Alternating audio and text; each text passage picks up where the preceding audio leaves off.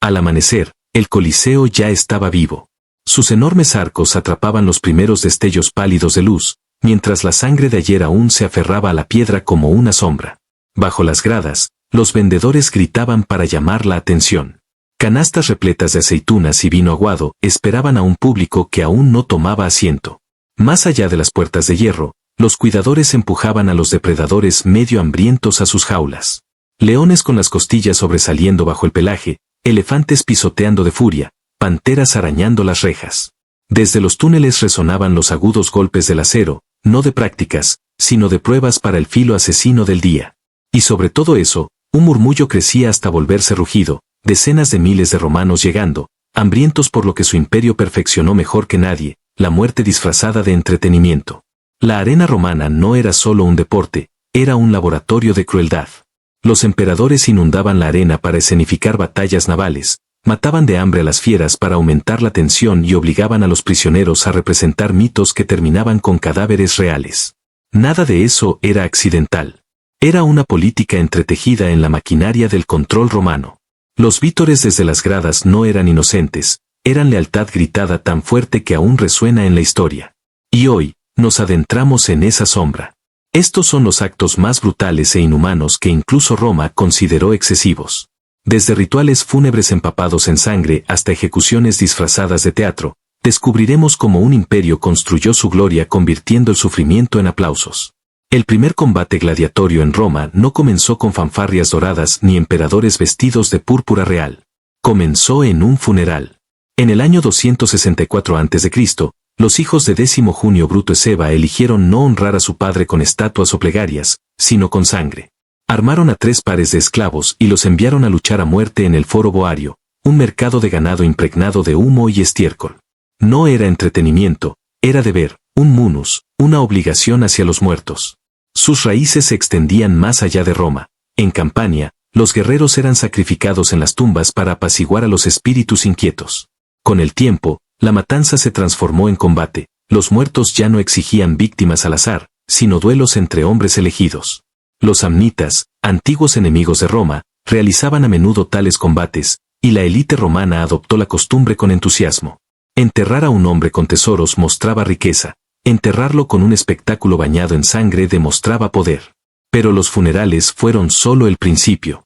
Para el siglo III a.C., los líderes romanos descubrieron que esos combates podían servir para algo más que honrar a los ancestros, podían estabilizar la política. Las fiestas religiosas, antes ofrendas solemnes a Júpiter, comenzaron a incluir gladiadores. El Senado lo presentaba como piedad, pero el pueblo conocía la verdad, violencia financiada por el Estado para mantener la lealtad del pueblo. Incluso las armaduras contaban historias, los primeros luchadores imitaban a los enemigos conquistados, el samnita con su pesado escudo, el tracio con su hoja curva, el galo con su espada ancha. Verlo sangrar era ver las victorias de Roma repetirse corte tras corte. La muerte se volvió propaganda. Y a medida que la sangre corría, los escenarios crecían. Las gradas de madera dieron paso a anfiteatros permanentes, templos de violencia donde se reunían miles. Los juegos ya no pertenecían a las familias dolientes, pertenecían al Estado. Cada gota de sangre susurraba el mismo mensaje: Roma dominaba a los hombres, a los ejércitos y a la muerte misma. Nadie entonces podía imaginar hasta dónde llegaría todo. Lo que comenzó como un sacrificio ritual se transformó en teatro, y el deber en obsesión. Roma había descubierto una nueva arma, el poder no solo sobre los vivos, sino sobre el significado mismo de morir. Y una vez desatada, jamás cerró esa puerta. El rugido de la multitud no estaba reservado solo a los hombres. A veces tronaba por las bestias traídas desde los confines del mundo conocido, leones del norte de África, leopardos del Cáucaso, cocodrilos del Nilo, incluso jirafas arrastradas por los desiertos. No se mostraban como maravillas naturales, sino como presas en un carnaval de matanza. Los romanos llamaban a estos espectáculos venationes, cacerías. No se trataba de supervivencia, sino de dominación, prueba de que el imperio podía capturar lo salvaje y destruirlo por placer. Julio César dio el ejemplo en el 46 a.C., exhibiendo una jirafa, la primera vista en Europa. La llamaron camelopardalis, mitad camello, mitad leopardo, porque Roma ni siquiera tenía un nombre para esa criatura. No importaba, el animal no fue admirado, sino arrojado a la arena para ser despedazado. El mensaje era claro: Si Roma podía capturar a las bestias más extrañas, podía conquistar cualquier cosa. La matanza solo aumentó. Cuando el Coliseo abrió en el año 80 después de Cristo, el emperador Tito supervisó la muerte de más de 9.000 animales en un solo festival. Los arqueólogos han hallado huesos con marcas de hambre intencional, evidencia de que leones y osos eran debilitados antes para asegurar muertes rápidas y sangrientas. Incluso los elefantes, que alguna vez habían aterrorizado a las legiones romanas bajo Aníbal, fueron acorralados en la arena y masacrados entre vítores. Detrás del espectáculo, la logística también era parte del teatro. Las criaturas exóticas debían ser capturadas, transportadas a través de desiertos y mantenidas vivas el tiempo justo para morir en Roma. Ver una pantera en la naturaleza ya era peligroso. Verla saltar de una jaula ante 50.000 espectadores era el poder hecho visible. Cada criatura era un trofeo viviente del dominio imperial. Prueba de que el alcance de Roma no tenía límites. Algunos emperadores convirtieron las cacerías en su escenario personal. Cómodo, el más extravagante de los emperadores, entraba en la arena vestido como Hércules y mataba cientos de animales él mismo. Quería parecer un dios entre bestias, pero todos veían la verdad, un ego frágil con un arco. Las cacerías estaban manipuladas, los animales eran encadenados, mutilados o medio muertos de hambre para asegurar la victoria. Y el pueblo aplaudía, no por admiración, sino porque, cuando el emperador cazaba, guardar silencio podía ser mortal. Mientras tanto, una tragedia silenciosa se desarrollaba.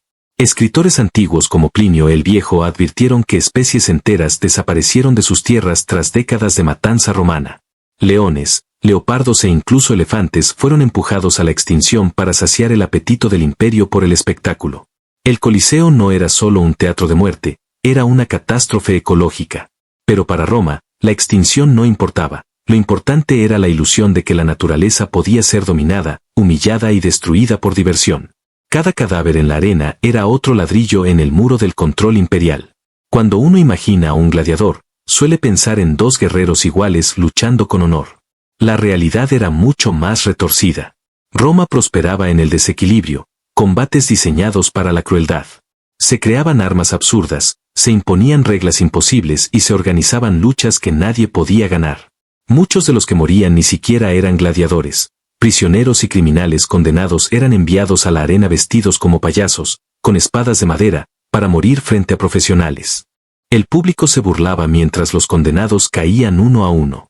Ejecuciones públicas disfrazadas de deporte.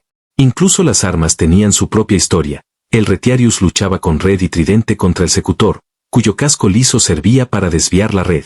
No era habilidad, era suspenso, una adivinanza viviente entre si la red atraparía o la espada cortaría. Los romanos devoraban esa tensión aunque las peleas estuvieran guionadas como una obra teatral. Con el tiempo, los combates se volvieron más grotescos. A veces un solo gladiador enfrentaba a varios enemigos, otras, unidades enteras luchaban como ejércitos en miniatura, hasta convertir la arena en un pantano de sangre, escudos rotos y cuerpos mutilados. Y cuando el público se aburría, Roma fue más allá, gladiadoras. Las gladiatrices aparecieron en el siglo I después de Cristo. Escritores como Juvenal se burlaban de ellas, pero los registros muestran que lucharon de verdad, contra enanos, contra fieras e incluso entre sí. Su presencia desafiaba las normas de género, pero reafirmaba una verdad más oscura: nadie, hombre o mujer, estaba fuera del alcance del espectáculo. Incluso los cascos se diseñaban para torturar, algunos reducían la visión o el sonido, obligando a los luchadores a pelear casi ciegos, mientras el público reía. Otros eran tan pesados que levantar la cabeza era un desafío. La armadura no siempre protegía, a veces castigaba. Y luego llegaron las obras propagandísticas, gladiadores disfrazados de bárbaros obligados a representar las derrotas de los enemigos de Roma. Su muerte inevitable recordaba que el imperio siempre vencía. Cada combate desigual, cada truco exótico, cada provocación era planeada para mantener al público obediente y hambriento de más. El Coliseo nunca se conformó con repetir, inventaba nuevas crueldades, siempre buscando la siguiente emoción. Al mediodía, cuando la arena ya estaba empapada de sangre y el público se impacientaba, el espectáculo cambiaba. El combate daba paso al teatro, con la muerte como protagonista. Los romanos lo llamaban damnatio ad bestias, condena a las bestias. Para los condenados, no era un juicio, era un guión imposible de rechazar. Criminales, desertores, esclavos rebeldes, prisioneros de guerra, todos convertidos en actores involuntarios de una ejecución disfrazada de mito. Cada castigo correspondía a su crimen: ladrones despedazados por lobos, incendiarios quemados vivos, traidores arrojados a los leones. Cada escena era una lección moral escrita en sangre. Y la escala era inimaginable. Durante las celebraciones del emperador Trajano tras su victoria en Dacia, miles de cautivos fueron masacrados durante 103 días seguidos. No era caos, era una tragedia cuidadosamente dirigida, cada muerte diseñada para mantener al público expectante hasta la siguiente atrocidad. Las fieras eran las estrellas del horror. Leones muertos de hambre antes de soltarlos, osos encadenados provocados hasta la locura, leopardos lanzados sobre víctimas temblorosas. La incertidumbre, si atacarían rápido o jugarían con su presa, mantenía a las gradas rugiendo. A veces, la crueldad se disfrazaba de leyenda. Prisioneros forzados a representar héroes condenados como Orfeo, devorado por bestias, o Prometeo, encadenado mientras los buitres lo rodeaban. Ya no eran mitos, eran tragedias reales bañadas en sangre. En Roma, la muerte no siempre era solo muerte, a veces era teatro, un teatro macabro. Para los condenados, no bastaba morir, debían actuar su final. Las ejecuciones se convirtieron en obras grotescas donde la carne reemplazaba las máscaras y el guión siempre terminaba en agonía. La crueldad iba más allá de las fieras. La crucifixión, tomada de Oriente, se representaba dentro de la arena. Hombres y mujeres eran clavados en madera mientras los vendedores ofrecían vino y los niños jugaban cerca. El fuego también se unía al espectáculo. Prisioneros cubiertos con túnicas empapadas en brea eran encendidos, convirtiéndose en antorchas humanas mientras el humo subía al cielo. Como escribió Tertuliano, eran antorchas vivas. Estas muertes no eran simple entretenimiento morboso, eran advertencias políticas esculpidas en carne viva. Desafía a Roma y morirás lentamente ante decenas de miles de testigos. No todos podían soportarlo. Séneca se quejaba de que esas ejecuciones endurecían el alma, volviendo más cruel a quien las veía. Pero su protesta se ahogó en el estruendo de una multitud que no había acudido por justicia, sino por el placer del castigo. La imaginación de Roma no se detenía en la arena ni en las espadas. A veces, los emperadores exigían océanos dentro de la ciudad. Las batallas navales falsas, llamadas naumaquias, eran espectáculos de una escala demencial, donde el agua misma se convertía en arma. Julio César estableció el precedente en el año 46 a.C., excavando una enorme cuenca cerca del Tíber, llenándola con agua y barcos reales. Miles de cautivos condenados fueron subidos a bordo y obligados a luchar como flotas rivales. No eran actores, eran hombres destinados a morir para entretener. Flechas, catapultas y acero convirtieron aquella cuenca en un matadero flotante. Augusto llevó la locura más lejos. En el año 2 a.C., mandó construir un estanque de casi 600 por 360 metros, alimentado por un acueducto especialmente diseñado, el Aqua Alsietina, solo para mantenerlo lleno. 30 barcos de guerra chocaron allí, cada uno lleno de prisioneros que jamás saldrían con vida. El mensaje era claro: Roma podía dominar los mares incluso donde no existían, la naturaleza se inclinaba ante el capricho imperial. En el año 52 después de Cristo, Claudio fue más allá, drenando el lago Fusino para escenificar otra naumaquia. Cuando los prisioneros lo saludaron con la escalofriante frase Ave César, los que van a morir te saludan, la historia ganó una de sus líneas más estremecedoras. Ya fuera un saludo ensayado o desesperado, resumía la impotencia de hombres convertidos en accesorios del espectáculo. El fuego también tuvo sus mitos macabros. Las víctimas, vestidas con túnicas empapadas en brea, eran obligadas a representar a héroes que morían entre llamas, Hércules consumido por el veneno o Musius Ébola probando su lealtad al sostener la mano sobre el fuego. El público reía mientras estos héroes gritaban, su valentía reducida a cenizas, sus leyendas convertidas en burla. Incluso la arquitectura del Coliseo alimentaba el apetito romano por la dominación. Bajo el mandato de Tito y luego de Domiciano, los ingenieros construyeron canales bajo la arena, permitiendo inundarla para pequeños espectáculos navales y drenarla al día siguiente para combates. La crueldad se convirtió en un proyecto de ingeniería. Agua, fuego, carne, todo era un elemento del teatro del control. Ahogar cautivos, convertir cuerpos en antorchas vivas, retorcer los mitos hasta hacerlos sangrar, eso era poder. Los emperadores no se conformaban con gobernar hombres, querían presentarse como dueños de los elementos. A finales del siglo I, las ejecuciones ya no eran castigos, sino guiones empapados en malicia creativa, distorsionando las leyendas culturales para humillar. Durante los Juegos Inaugurales del Coliseo en el año 80 después de Cristo, El poeta Marcial registró el caso de un actor que interpretó a Orfeo, el músico que en los mitos calmaba a las bestias con su lira. En la historia, los animales quedaban encantados por su melodía. En la arena, un oso fue liberado a mitad de la actuación y lo destrozó. El arte se volvió parodia, la belleza se convirtió en carnicería. Otra víctima fue obligada a interpretar a Dédalo, el inventor que escapó volando con alas de cera. Suspendido en una estructura tosca que simulaba el vuelo, ascendió brevemente antes de caer hacia las bestias que lo esperaban abajo.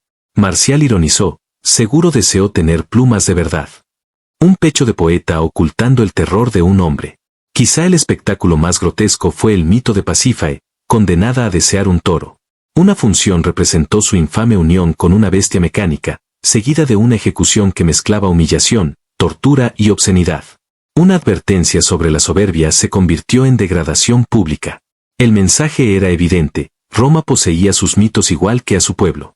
Héroes, villanos, reyes, reinas, nadie estaba a salvo de ser convertido en accesorio de un desfile mortal. Para los espectadores, esas escenas eran simples intermedios entre combates serios. Para los condenados, eran finales agónicos disfrazados de actuación. Para Roma, eran propaganda hecha carne, demostraciones de que el Estado podía reescribir incluso el significado de sus propias leyendas. En el Coliseo, las historias no se contaban con tinta ni mármol, sino grabadas en la piel, quemadas en los huesos y aplaudidas hasta que el silencio se tragaba la arena. La línea entre el poder y la obsesión se desdibujó, y el capricho del emperador decidía quién vivía, quién moría y cómo. Calígula, famoso por sus estallidos de crueldad, una vez se quedó sin animales a mitad del espectáculo y ordenó que arrastraran a espectadores del público para ocupar su lugar. Habían ido a presenciar sangre, y terminaron siendo parte de ella. Nerón, obsesionado con su propia imagen, convirtió la arena en su escenario personal. Los prisioneros eran disfrazados como héroes trágicos de obras teatrales y ejecutados de forma que imitaba los finales de sus personajes. Nerón lo llamaba arte, Roma murmuraba, locura. Luego llegó Cómodo, el emperador espectáculo por excelencia. Vestido como Hércules, irrumpía en el Coliseo con maza y arco, asesinando cientos de animales previamente mutilados para asegurar su victoria. Incluso cobraba al tesoro público por sus actuaciones, dejando al Estado en la ruina mientras arrancaba aplausos de un público aterrorizado.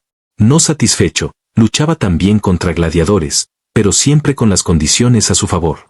Perder era imposible, aplaudir, obligatorio.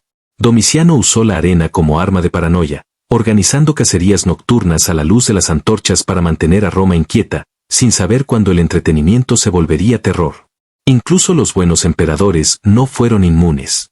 Trajano, recordado como justo y capaz, celebró su victoria con 103 días de juegos. Miles de muertes envueltas en un festejo del poder. El espectáculo alimentó egos, pero cobró su precio. Calígula y Cómodo murieron de forma violenta, recordados no por su gobierno, sino por su teatro escrito con sangre. La misma arena que los elevó, expuso también su demencia. No todos los romanos aplaudían. Filósofos, poetas y los primeros cristianos dejaron un registro más silencioso, que veía la podredumbre bajo el mármol. Séneca confesó que las ejecuciones del mediodía lo endurecían, borrando la empatía en lugar de purificar el alma. La violencia, advirtió, se filtraba más allá de los muros de la arena, envenenando la vida cotidiana. Cicerón, décadas antes, había elogiado el valor pero condenó la crueldad por la crueldad misma. Aunque incluso él admitía que el pueblo exigía juegos como prueba de generosidad. Gobernar significaba alimentar a la bestia. Para los cristianos, el anfiteatro era persecución y prueba. Aquellos que se negaban a renunciar a su fe eran arrojados a los leones o quemados vivos, sus muertes convertidas en espectáculo de masas. Tertuliano llamó a los juegos semillas de crueldad, acusando a un imperio que aplaudía la injusticia como si fuera deporte. Económicamente, los juegos devoraban fortunas. En el ocaso del imperio, los gobernantes se arruinaban tratando de superar los espectáculos de sus predecesores. Lo que alguna vez mostró fuerza se volvió acto de desesperación. Culturalmente, ese apetito erosionó el carácter romano. Los ciudadanos que antes valoraban la disciplina ahora exigían pan barato y circos interminables. Juvenal ridiculizó esa obsesión con la frase panem et circenses. Para él, el deseo de espectáculo mostraba cuán lejos había caído Roma de sus raíces republicanas. A medida que las fronteras se quebraban y los fondos se agotaban, las arenas se desmoronaron. Para el siglo V, el Coliseo seguía siendo colosal, pero vacío, su arena en silencio, sus rugidos extinguidos. Sin embargo, las preguntas morales nunca desaparecieron. ¿Podía sobrevivir una sociedad que enseñó a su pueblo a disfrutar del sufrimiento? La historia parece decir que no. Hoy, el Coliseo permanece, herido pero erguido. Camina por sus túneles y quizás aún escuches ecos, hierro chocando, bestias rugiendo, 50.000 voces alzándose al unísono. Es fácil admirar la piedra, más difícil, y más honesto, es recordar su propósito, una crueldad ensayada hasta parecer normal. Las arenas de Roma no trataban solo de sangre, sino de control, moldear como pensaban, reían y obedecían sus ciudadanos. Cada cacería, cada ejecución, cada mito renacido entre gritos servía al mismo fin, hacer que el poder pareciera eterno. Y esa es la advertencia grabada en las ruinas, una civilización que glorifica la violencia termina derrumbándose bajo sus propios aplausos. Así que dinos, ¿cuál de estos espectáculos, las cacerías, las antorchas humanas o los emperadores ebrios de sus propias funciones, revela mejor el lado más oscuro de Roma? Deja tu opinión abajo. Y si esta mirada al entretenimiento más brutal de Roma te atrapó, suscríbete para no perder nuestro próximo viaje por las sombras de la historia. Hasta entonces, recuerda, el Coliseo puede estar en silencio ahora, pero sus ecos de crueldad aún respiran entre las piedras.